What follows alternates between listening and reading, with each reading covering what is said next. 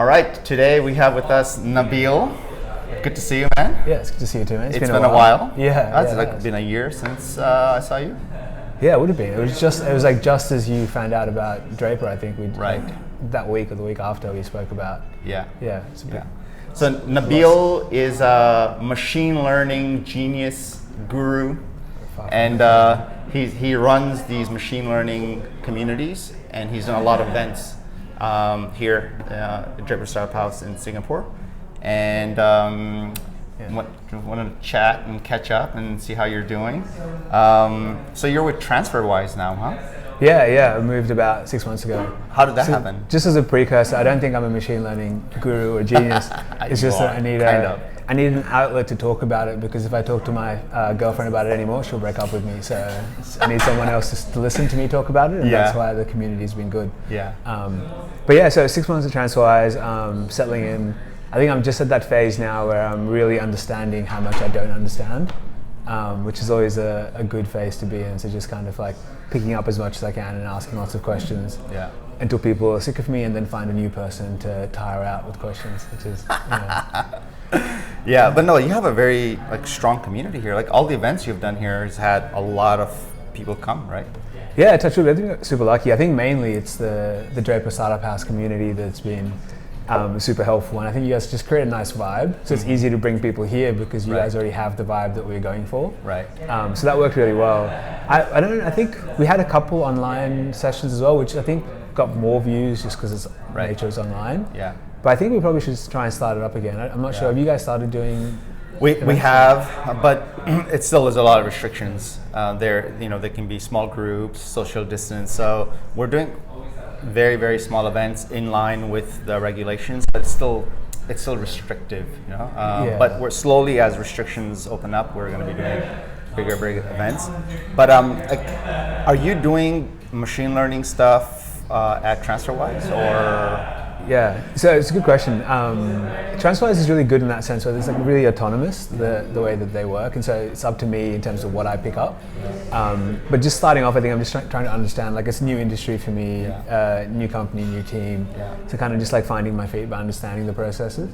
I'm quite strict about how I don't think machine learning can just be used for anything. I think you need to really understand a process well, and then you can apply machine learning to enhance it. Right. But if you don't understand the process and you just throw machine learning at it, you'll end up it'll be an expensive use of a very simple, you get an expensive outcome that you could just simply do in Excel with the pivot table, if you know what I mean? The value isn't gained. Yeah.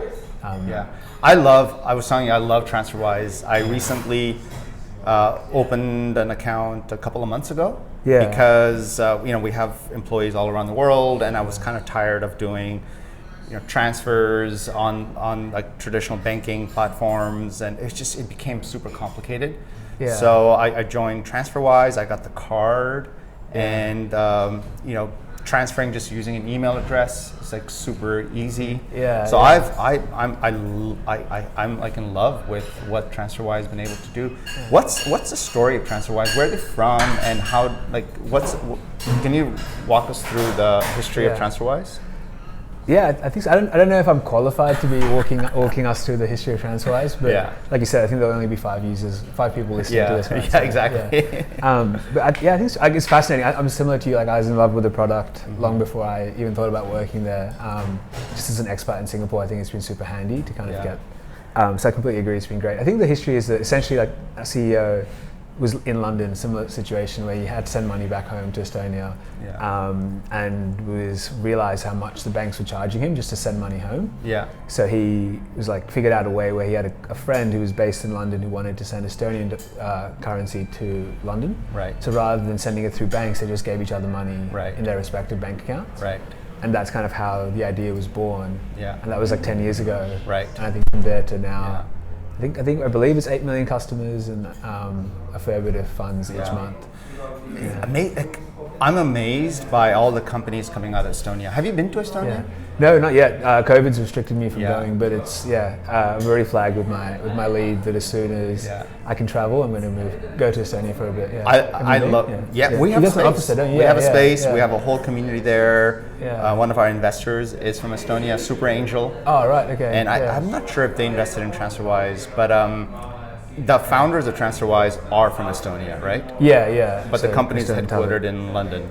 Exactly, yeah. Right. So there's the biggest office is in Estonia, in Tallinn, Yeah. and then the London's HQ technically. Yeah. Right. Wow. I'm like super impressed with the company and what it's trying to do. It's just making banking a lot easier.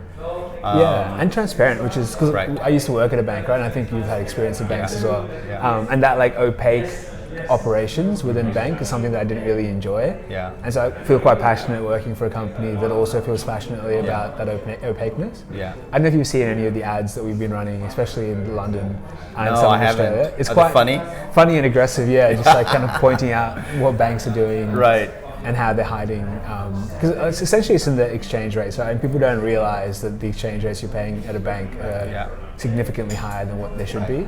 Right. But I agree, yeah, I think like the mission is really cool and the company's really focused on delivering it, which has been really nice. Yeah. And how is Transferwise able to bring the exchange rates lower than banks that have much larger volumes of? Do they just take less margin, or? Yeah, so it's essentially I think what banks do, and like I'm very far from an expert in this world, but I think essentially what banks do. See ya, bye. Essentially, I think what banks do is just charge a fee on top of the FX rate. Right. And then they charge you a fee as well for the transaction. Right. Whereas we try and get you the mid-market rate for the actual exchange, and then we just charge a fee on top. That's we'll say, because to send from here to India, for example, like our Indian partners might be a little bit more expensive than our Australian partners. So.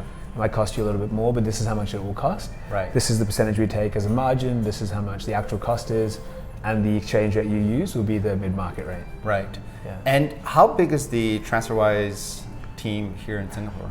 So it's about 120 people. Oh, it's pretty big. So it's big, yeah. And we're just moving into bigger offices. So I think over the next few years, the plan is to continue to grow. I mean, Asia as a whole is growing. Right. Is one of our growing markets, and it makes sense because we recently moved here. And But Asia's a beast in itself in terms of, like, it's not like Europe or the US where it's one currency that takes care, or one or two currencies that manages most countries. Right. Each country has their own currency and their own regulation. So it's a bit more nuanced, unfortunately. Yeah. And does Transferwise have offices all over Asia, or is just in Singapore? This is the main office for the region.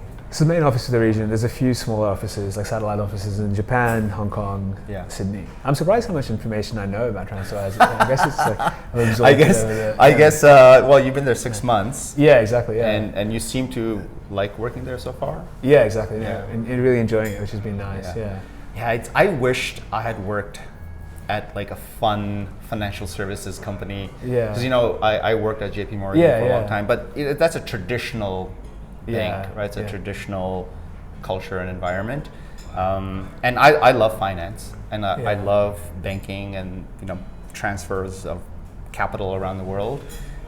It seems if I had to redo it again, I'd love to work at at a fun financial services environment where it's not suit and tie. Yeah, exactly. Yeah. Definitely. Well, I mean, I'm sure we're hiring if you're interested in the role. Yeah. Well, this is not the best time for travel and hospitality, so I might be on the job market soon. Oh, no, so thanks for putting in a good word for me. But hey, Nabeel, I wanted to go back to learning more about you. Like, where are you from? Where were you born? Where did you go to school? What jobs did you have? And what was the interest in like machine learning over the your course of your life?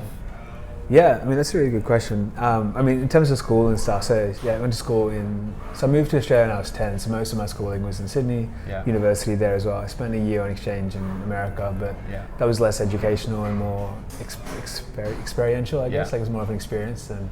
Where were you born?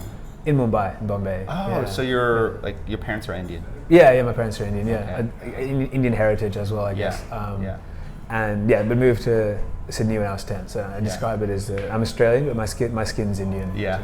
Like so your whole family moved from Mumbai to Australia when you were 10? Yeah, exactly. Yeah. So mum, dad, and two sisters.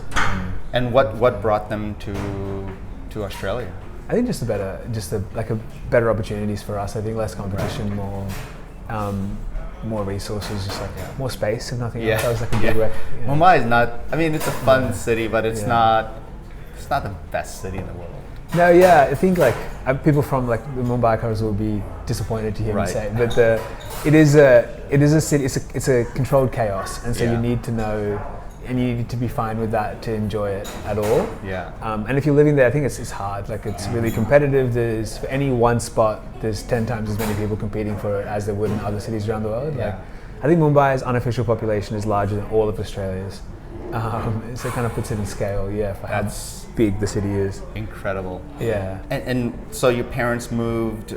Was there like an opportunity to move, or was there a career thing? Like what was the reason, catalyst? It was just for us. I think like I was born and they were like, oh, we need to have better opportunity for them. So I think they applied for a PR when I was born, and then it took 10 years to process and get through, which is why we moved. And I think like the options of Australia, New Zealand, and Canada. Canada was too cold, New Zealand was too small, so it was just like a Goldilocks situation where... I mean, Australia is probably one of the best countries to grow up in, I suppose, right? Yeah, it was amazing, And I think if I was to have kids, I definitely want them to have like the Aussie childhood experience. I don't think many countries in the world can offer it, where you get like the education, but also then like closeness to nature and freedom and space that you can in other parts of the world, And were your parents, like what was their background? Were they business people, entrepreneurial people, professional careers, or? Yeah, I think as a whole, like migrants, especially back then, if you migrate, any career that you had needs to be restarted. Like even if you're a doctor with 50 years experience, like Australia needs you to re-qualify. So it's kind of just like a hard reset. My mum worked in banking and dad was a business owner in India. But then moving to Australia, dad worked at a call center and mum retrained and became a high school teacher. Yeah. It's amazing. I mean, I'm an immigrant too. Are your parents from India as well? Or? Yes. And I moved to the States, when I was young as well. So the whole immigrant story is something that it's who I am. But it's also something that I'm like very much fascinated in learning about and seeing, how do these folks who immigrate to different countries, how do they grow up and etc. So you immigrated at 10, and then high school, university. What did you study in university? Accounting, Bachelor of Accounting. Yeah. And was that something your parents were like, hey, you have to do accounting, or was that your choice of studies? Yeah, no, it was a combination. It was probably like one of the easiest degrees that my parents would approve. Which I think is a line from one of the comedians. There's a lot of like migrant comedians at the moment. I think it's from Johnny Yang. I think is the best. Oh yeah, Johnny Yang. He's funny. He's funny. Yeah. And I think he did an economics degree for that reason as well. But yeah, exactly. So and then also it was the fastest way for me to get a job. So it was like I did the degree in like a year and a half, like smashed it out, and then just started working. Because at that age, my goal was like, if I get a job, that's when I'll be like, I guess, ready or finished. And that was like kind of then a recalibration, which led me down the journey to machine learning, I guess. Because like being an accountant was interesting for a little bit, but it wasn't for me. It wasn't something that I could see myself in over a long term. Right. But I think even from that, when I first started, like understanding Excel and macros kind of taught me how important, or how good automation can be for making people's lives better. Right. Because as an accountant, you spend a lot of time just doing like repetitive, monthly, quarterly, yearly, the same thing. Right. And if you can automate that, it can bring so much benefit to those roles, because then you can add more value rather than just sitting there, like doing the number churning. You can actually look for anomalies and more interesting aspects of the like reconciliations and year-end closes. So after university, did you get an accounting related job or work at an accounting firm or? No, at Johnson & Johnson. Okay. So great company. Yeah, great company. Yeah, great company to work for. Really good experience. They really looked after us as graduates, which was really cool. Lots of trips to head office in New Brunswick, which is. You grew up on the West Coast, didn't you? I grew up on the West Coast, but I know of J&J because a long time ago I dated a girl whose dad worked at. They were from New Jersey. So her dad had worked at Johnson & Johnson like his whole life, and he had hundreds of patents. Because he was on the science side of R&D, and he'd go to Israel because they had like a lot of R&D centers in Israel. So I sort of like learned about J&J through that. But also Johnson & Johnson is such a magnet to and they hire the best marketeers and I guess branding people. Right, because it's an amazing brand. No, I agree. It's interesting. It's really interesting, the company, because you've got the amazing brand, which is the consumer side, and then there's the pharmaceutical and medical devices side. Yeah. But as consumers, we wouldn't really hear about that, especially if we weren't living in the States where they advertise to consumers, because they advertise to doctors, right? Like we don't care what brand fake hip we're getting as long as the surgeon says it's the best one. Which is a bit of a different, but so it's really interesting. Like they've got a very different structure depending on which aspect of it you are. Right. But yeah, great company. It's good, great experience to start a massive organization. And like, so you were like in the finance department. So I was just in the accounting department for a year or 2 years essentially, and then for some time in like it's kind of like a cross-functional role. It's like finance, but for the sales and marketing teams. Right. It's like I think they call it like a finance business partner. Right. Like Right. And then after J&J, what did you end up doing? I had a quarter-life crisis. Like full quarter-life crisis. I bought a motorbike, quit my job, worked in microfinance for 6 months. I spent some time in Myanmar working over there. Right. Which is super interesting and really cool. I think I found out about microfinance. This is when like microfinance is very much just like starting to be in vogue. Like Mohammed Yunus was like just kicking it off in the Grameen Bank. Yeah, exactly. Yeah, it was just like I think he hadn't even won his Nobel Prize yet, and so I was like fascinated by it. It was really interesting, and then went and worked for a bit and like loved parts of it, and then like disenfranchised by other parts of it. Yeah, which helped the spiral. I think just like because I think Wall Street is coming in then and like funding money into microfinance institutes. Right. So that's when Kiva was starting to take hold a bit. Yeah, exactly. Yeah, Kiva was growing. And it was also like a few really big ones in India. There was an issue where like money was flowing in, but there wasn't enough people to actually take loans and pay it back. So people were taking loans that they couldn't pay back. Right. And then there was like some really awful things that were happening to those farmers and those like workers that were essentially squeezed from both ends. Yeah. Which I think is just like part of like a new industry like forming and people like navigating it. And, But yeah, so anyway, so did that and like it was an interesting experience and I just traveled for a bit. Microfinance, so you were working for a microfinance company in Myanmar or why did you pick Myanmar? So a friend of a friend essentially had set this one up. He just like traveled through Myanmar, met someone and then they kind of raised some money and sent it over there. Yeah. And so it was still very pure in its approach. It wasn't like let's make millions of dollars from this investment. It was more like let's keep our investment growing at a small rate and support like a broad community. Yeah. So it's like about $500,000 in total assets and about 1,200 or so customers, and it was growing steadily and slowly rather than like bringing in lots of funds and try and grow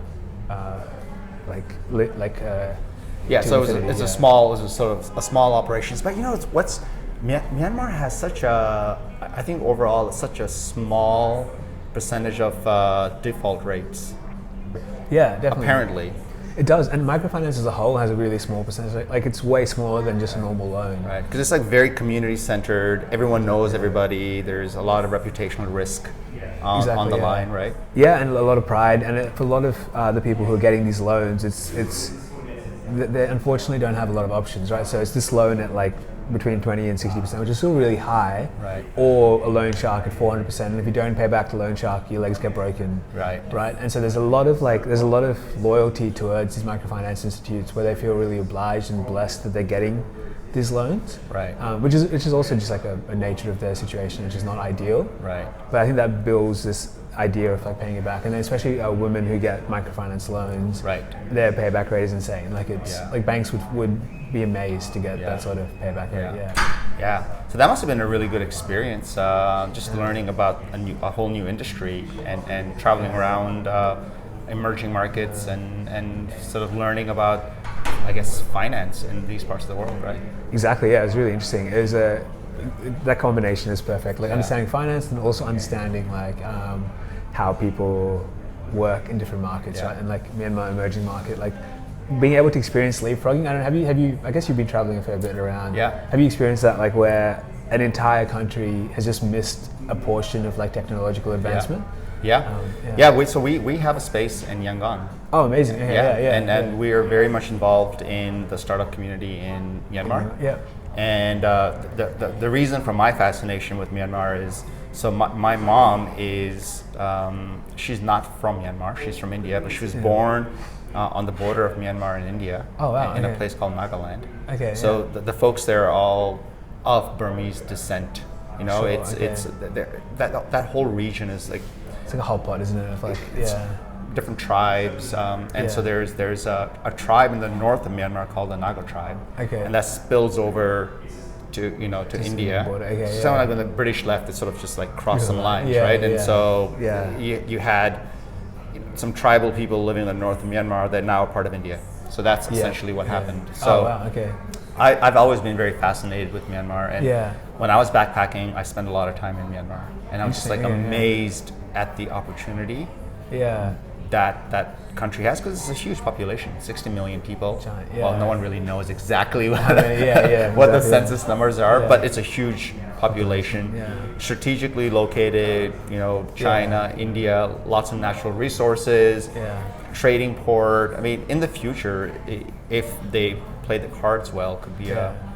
a very sort of substantially high growth country. Yeah. Especially now the Japanese are pumping money into infrastructure. Yeah, I yeah. think they're saying no to Chinese money, but Yeah. that probably won't hold for too long. Yeah. But I think it's going to be an area of growth or a region of growth Yeah. in the future, for sure. Definitely, yeah. I think even now, there's been a lot of international investment from utilities, and they're just starting a long way back in terms of like even setting up basic infrastructure, roads, utilities are still being set up now. Right. But I think I have a few friends working there who work in like the utility sector especially, and there's a lot of business. Yeah. And phones and things like that. But The new airport is amazing. I haven't been actually. Yeah, Okay. It's a really the new international airport, very well done. Okay, It's yeah. sort of empty, but Yeah. good infrastructure. I think Yeah. the Japanese they outsource it to the Japanese Okay. build contractors to build Yeah. it, so it's done well.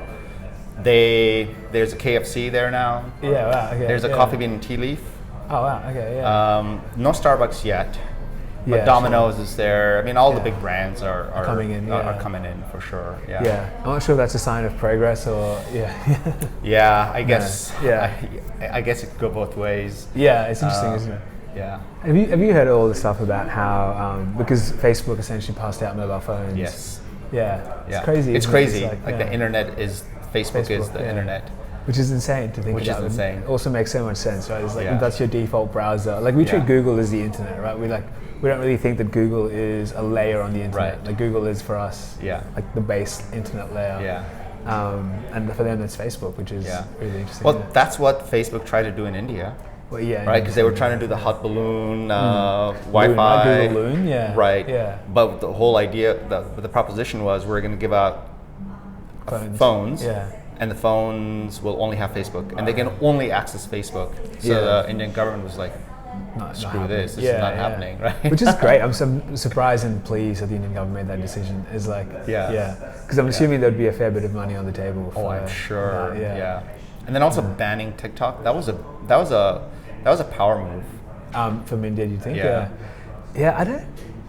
Why do you think that's a power move? What's the? Yeah. Well, because India was such a huge market for TikTok, right? They had hundreds of millions of people. Oh, yeah. So it was a massive growth. Yeah. And because of, I guess, political disputes on the border or whatnot, Yeah. by India giving, basically banning TikTok, was a move to let China that, hey, if you need access to our markets, Yeah. then Comply with. Yeah. Right. So, Yeah, that's very true. I see from a political perspective. I Yeah. agree. It's like a power. I think I'm just someone who's like against the what's the word, like restriction of information, and for me it feels like there's an element of that where Yeah. you're. But yeah, I think I agree from a political perspective. yeah, I agree with you. Like I believe in free trade. Like I think trade should move freely between countries, Yeah. between people, right? There should be no restrictions in trade, but it should be fair trade, it should be free trade, Yeah. and it should be on both sides, Exactly. Yeah. right? Whereas I think in the Chinese case, it's not really fair trade, right? Yeah. They don't allow any technology in, companies into their ecosystem. Definitely, yeah. But then why should they have access to The rest of the right? I That's agree, just yeah. the way I think. Yeah, It's just yeah. not free, right? Yeah, no, it's not flowing both ways. Yeah, Right. Completely agree. That's a really good way to look at it. Yeah. To be fair, they do open it up inbound when they don't have the technology. Bring technology in from outside, understand how it works, rebuild it themselves. Which is super smart, and I mean, but also sneaky, right? It's like sneaky. Yeah. But sneaky. But I guess they're doing what's best and what's for their interest. What's in their best interest, which is what every government does anyways, right? Yeah, that's true. They're just sort of able to get away with it and do it. Yeah. And they have such a huge market that people want in. Yeah. And so they can, they can kind of just get along and just keep doing what they're doing, right? Yeah, that's very true. And I agree. Like, they've got too much behind them for anyone to argue. Yeah. And I think rightly so. Like, they've done a really good job with so many aspects. Like, one thing, like, I think this is my 18-year-old self kind of thinking about this was, I wonder if China will ever be able to become a world power because, for example, like educational systems that exist in America have been around for 150 years. Like, they're like really legacy systems that have existed, and you can't rebuild that in a short period. But it's been really interesting to watch how, like, even from a library's perspective, you watch some of the libraries like that China is invested in Shanghai and Beijing.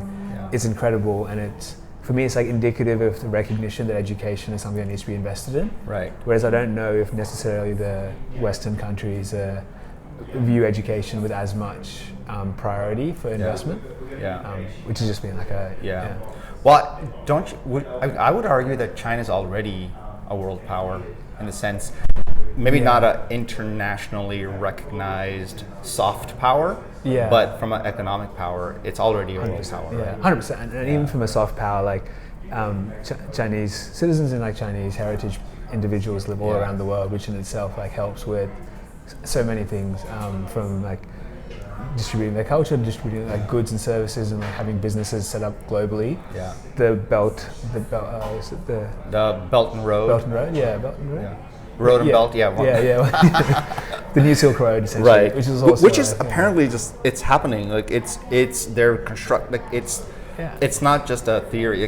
They've built roads. I think. And there's like trade agreements. They own the ports in Greece. I mean, it's happening, right?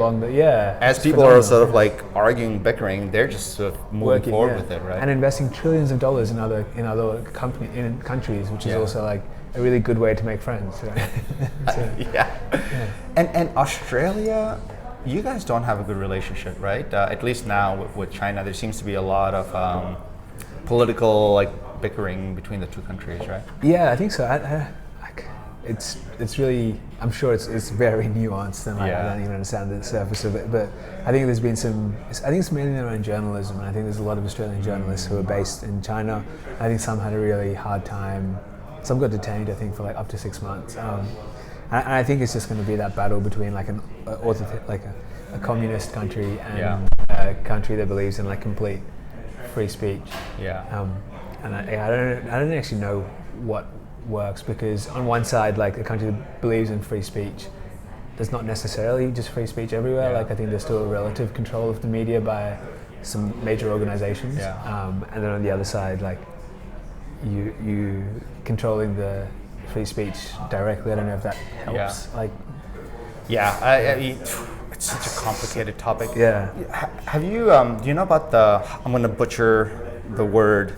It's a Greek philosopher, Thucydides. I'm not completely butchering it, but I've been watching stuff on this theory by a Harvard professor called the Thucydides trap.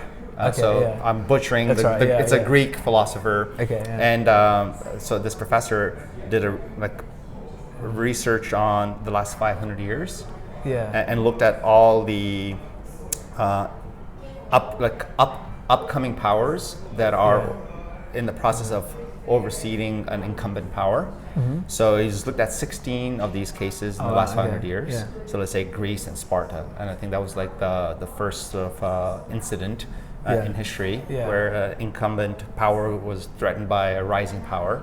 And out of those 16 cases, 12 of them have resulted in like brutal wars. So like World War I, right? What were the other 4? The other 4, actually, I don't. I'm not sure, but it's we should look it up. But so the other 4, there was no wars. It was settled through political, I guess negotiations. But hey, Sia. Hey, is that being recorded? Yeah. Yeah. We're recording. Oh, yeah. Yeah. It's We're gonna be been a long done time, soon. yeah. But yeah, it's fascinating to watch the same sort of thing Yeah, happen can I now, write which that is down? like U.S. and China is like, In exactly the same sort of situation. Yeah, it's terrifying, isn't it? Sometimes depending on on my mood, it can be very depleting. Right. I find it fascinating. Yeah, it's fascinating. And then it's writing the butchered Greek philosopher named Trap. Yeah. I agree. It's fascinating, and then if I follow through on the wrong thread, it quickly you can becomes go into a terrifying, rabbit's hole. Yeah, right? And it's just so hard to predict because there's so many levers at play, isn't there? And then but I think one thing that we have now, and maybe this is like a complete. Well, it's actually not a correct statement, but like technology, I think, is playing a different role now in terms of the number of deaths that we'll have at war, if that makes sense. Like, there might be more civilian casualties, but I think that technology means that there's less need for soldiers on the ground, like boots on the ground. So it's like cyber warfare, trade warfare, economic warfare. Yeah, and even drones, currency, even like in the old school warfare, you can use biological drones warfare. Right. Yeah, which is going to make the whole thing, I think, like a different level of. Because I think that's one thing. That's why Germany was so successful, right? And again, I don't know that much about history, but from what I understand, so this might be me confusing Marvel with the real world as well. So pull me up on that.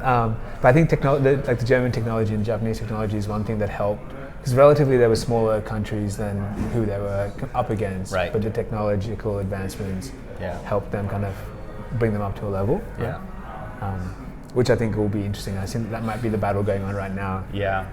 The piece of the China-US thing that I'm very much fascinated by is Hollywood, and the dynamics of how the Chinese, the Communist Party, the CPC, they have to okay all sort of scenes and movies for it to be watched in China, right? Yeah. So the debate happening is, and Hollywood's such a big piece of like world culture and perception of a soft power, right? Yeah. And like I've been listening to some podcasts about ex-Hollywood executives speaking out against what the Chinese Communist Party is doing to like Hollywood, like the censorship, and just like financing movies. Financial. They're financing movies. Alibaba's, Hollywood is. China is putting a lot of money into Hollywood, and giving access to the Chinese market, and like changing and altering the ending of movies, and it's such a social engineering in that sense. Like some of the movies you can't what was it? There was one of the Marvel movies. The original scene was China was set. It was a poor region.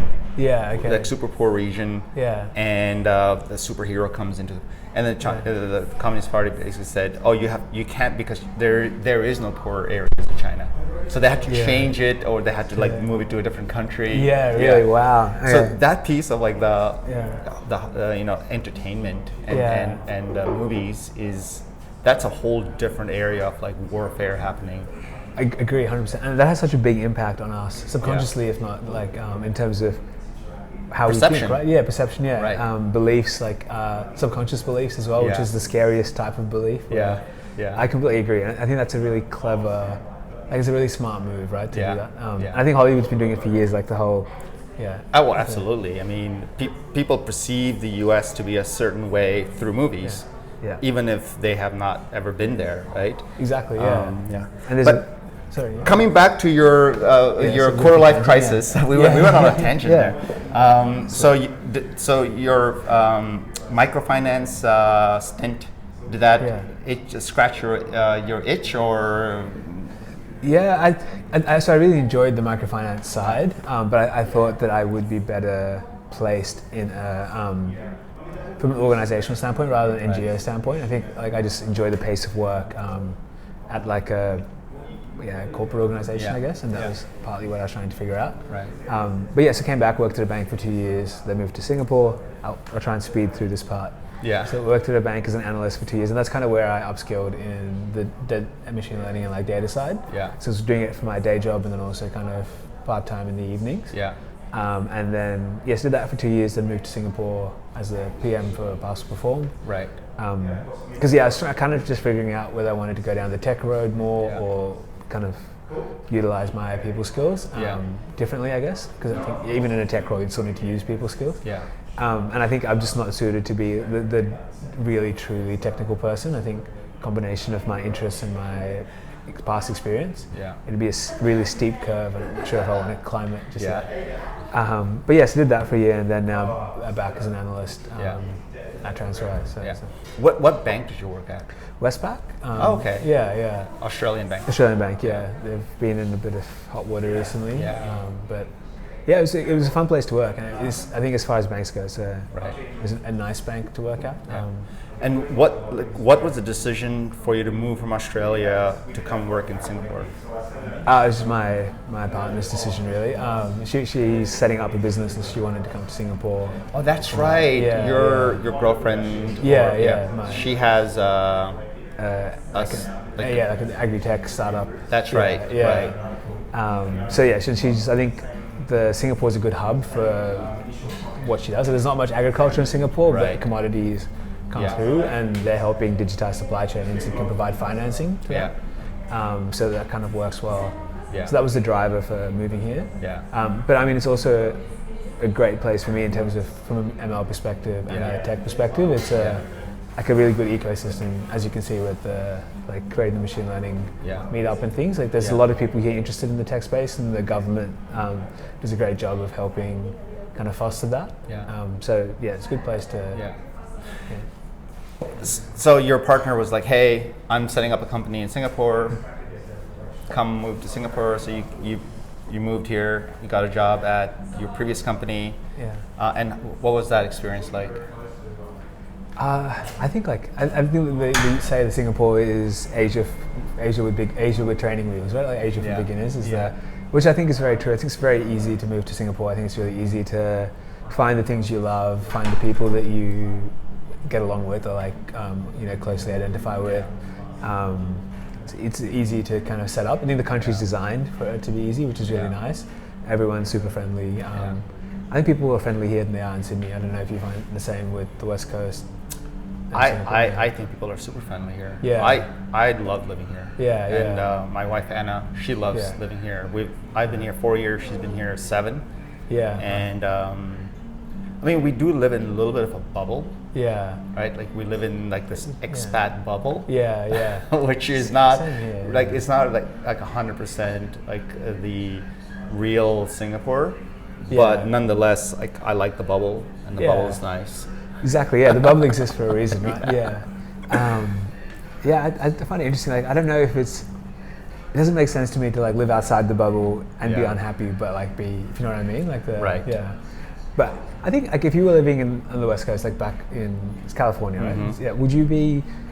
Would you also be living in a bubble of a different kind? Do you think? Or for sure. I mean, I think everyone sort of lives in their own bubble. In whatever city they live in. I definitely lived in a little bit of a bubble, I suppose.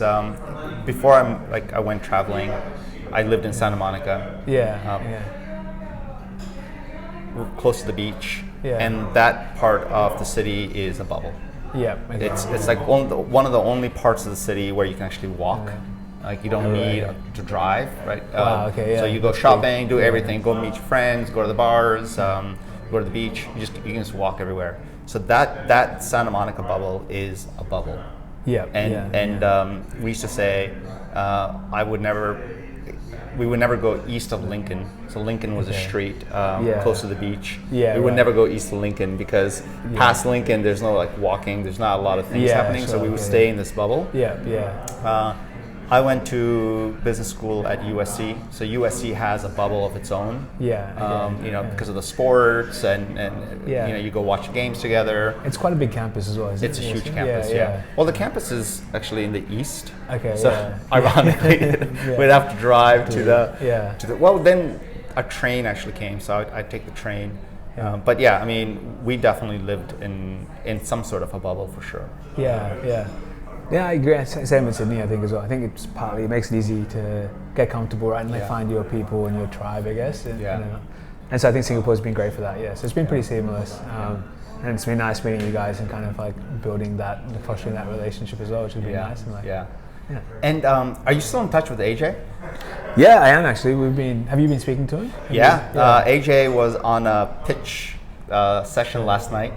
We had a ed tech doing pitch. A pitch session? Or? Yeah, well, he pitched because he's doing his own startup. Which I think you're working with him. And he's. I think it's a great idea, and he's going full force. Yeah, he is. Yeah. And so you guys are like collaborating on something. Or so I think part of his idea will have like a data component, and so I think I'm going to help like ideate and hopefully if I can manage the data portion of that. I agree. It sounds like a really interesting idea, and it sounds like a really necessary problem to solve. Right. Just in terms of the retraining, and like we spoke about, like digitization is coming, automation is coming, so there's going to be portions of the workforce, like there was in the end of the industrial age, or start of the industrial age, where like people will need to retrain. Yeah. So being able to identify that and then find the ways to retrain so you can get the next progressions. Yeah. I think it'd be quite crucial. Yeah. So I think there's a lot of what he's focusing on is on that, which would be super interesting. Yeah. And so the machine learning community in Singapore, what's that like? It's kind of, to be honest, like, I have not been fostering it at all in the last. I think between like COVID and then we went back to Sydney for 3 months, which was hard, just working different time zones, new job. Yeah. It's kind of just like fallen to less priority. Yeah. In like the little community that I'd been setting up. But I think the community as a whole is it's quite big, right? In terms of, I think there's a lot of Singaporean investments. There's a lot of Singaporeans who are like upskilling in machine learning, and they have a few free courses that you can do through that.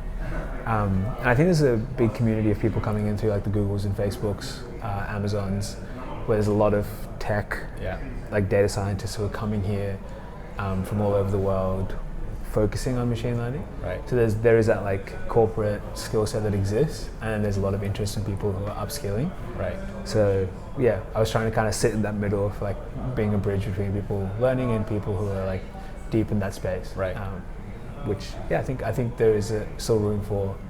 Yeah. So maybe we'll start something up again. Yeah, we should definitely. Get back to normal. I think so. I love what AJ is doing with Every After in terms of marrying jobs to learning and reskilling and just creating an ecosystem where it's easy to upskill people and then put them to a new job. Yeah. I think it's very much a needed sort of educational component that's missing at scale. And so I hope you guys do something really awesome with it. And in terms of like, you are self-trained in machine learning because you didn't really study that, right? So when you were working at a bank, you sort of trained yourself, right? And what was that process like? It was fun and frustrating, I think, is like it's just like when you study anything, I think you enjoy the things that you're learning, and then you suddenly hit a roadblock. Because you expect it to be a linear curve, right? And then every time the curve dips, that's like you enter your frustration again, and you're like, why can't I get this? Why won't this work? Why doesn't it stick? For whatever that frustration is. And then once you get past that hurdle, you enjoy the growth again, until you hit the next one. So it was kind of just like that. But being self-taught was it was a bit scary, to be honest, as well, because I wasn't really sure whether it would validate me. It's like, I taught myself how to do these things. Right. Does that mean anything to people who are looking to hire? Yeah. And so I think that was an interesting thing to understand. I spent a bit of time speaking to people to see what the skill set was. Right. And the good thing is that like working in machine learning is not like being a doctor where you can't just teach yourself how to do stitches and then go and work on people. Which was I think validated for me. And I think and correct me if I'm wrong, but I'm sure a few of you come across this as well, where I think that is a fear for a lot of people who are self-training, because it's free, it's easily available, it's like easy to consume. People think like, this mustn't be of value, because I think we're structured previously on like paying lots of money to universities to give us the receipt. Yeah. But if you actually think about what you study in most university courses, it's not hard to do that yourself. Right. For sure. I mean, education is readily available, right, for free. But you're right though, that validation of whether or not what you have self-taught yourself is actually good, like are you good enough to do certain things. So when you were self-training, like what programming skills were you learning? So SQL and Python were the two that I focused on. But I think Python and R were interchangeable, at least when I picked it up, but I think Google's been focusing on Python, so that community's grown faster. But there's still a big R community. And so I think it's just like making a decision on like picking one. But for me, Python and R were Python and SQL, were my two. And are those two still the dominant programming languages for machine learning as an industry? Yeah, that's a really good question. I think I'd say so, yes. And then there's a little bit of nuance. So I think as you move into if you're moving into the really big data side of machine learning, data science, which I think eventually you have to do anyway, then you kind of need to adapt because like the data groups of the world, like they have Python, like pseudo Python code, but you need to be just flexible, I think, and pick up other like R. Is R a big programming language, or it is has a big community, but it's not a big data. I think I forget like the name, but essentially you just have to get like both Python and R are quite high in abstraction. So when you like write code, it takes longer to process. Again, I'm not an expert in this, but there's more computational time as one element of it. And so what it means is that if you're working on big data sets, it will eventually like require you to have insane amounts of RAM. So instead what you can do is move to other programming languages that are structured differently and then also closer to the base. So if you were a programmer, say working on self-driving cars, like you were in that group of people, what language, what computer languages are you working with generally? So I mean that's a really or are there too many? So there's a few. I'm not a technical person, so I don't know. It'd be, I actually like I'm not 100% certain, but I'd put a lot of money on not Python, right? Because even like when you're designing, for example, a phone app, right? Like you wouldn't do it in Python because Python is really, like I say, so it's like a higher level of abstraction. So there's layers. So like Python will talk to, like I'm just making this up, but Python will talk to C, which will then talk to like the machine. So there's lots of layers that need to be processed. Because then you need to write Python, then will get getting translated.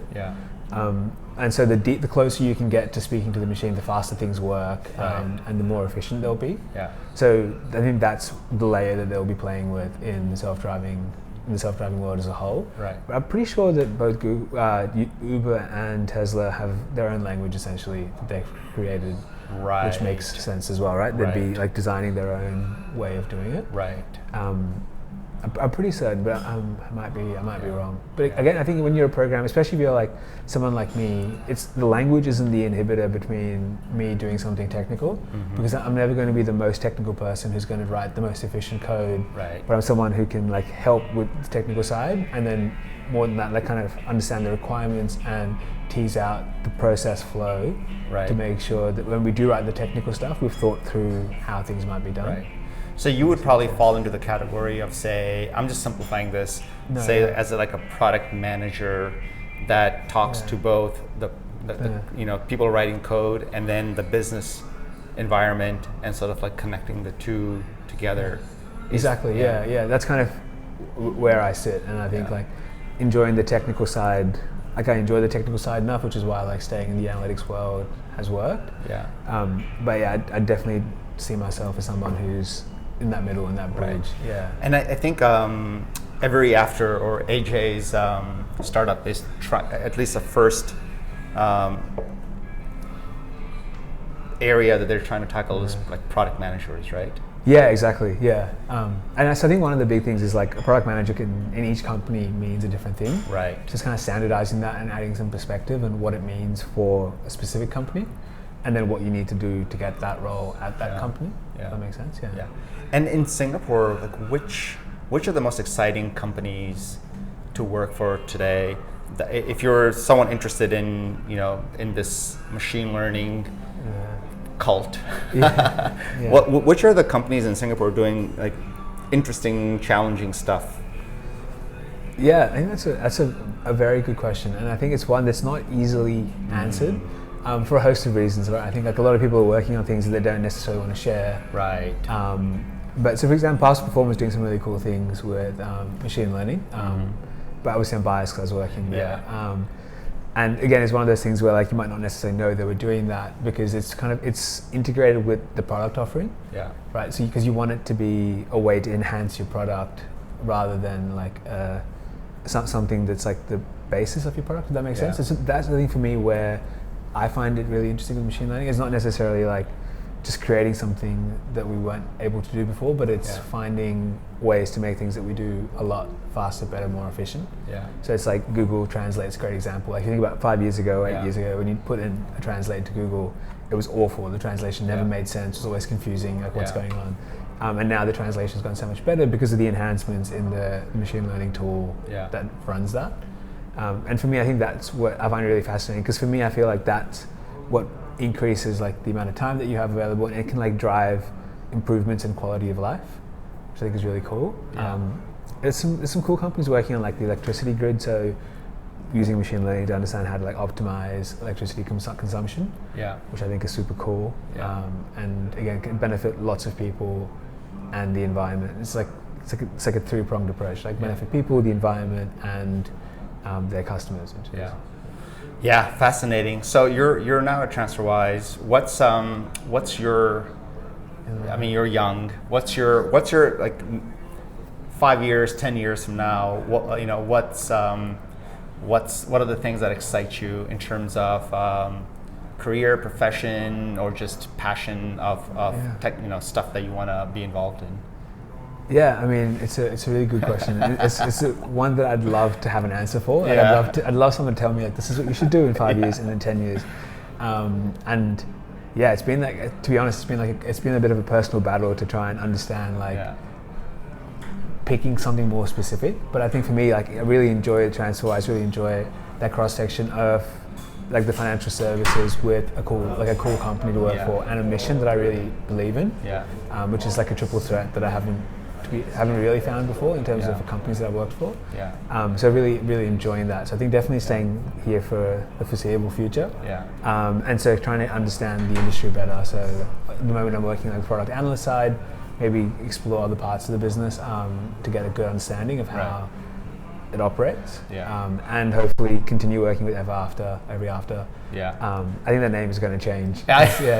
Well, it's everyafter.net. And I was like, AJ, everyafter.com is available. And he was like, yeah, but it's too expensive. And I was like, oh, should I just buy it for him? It is a bit expensive. Yeah, how much is everyafter.com?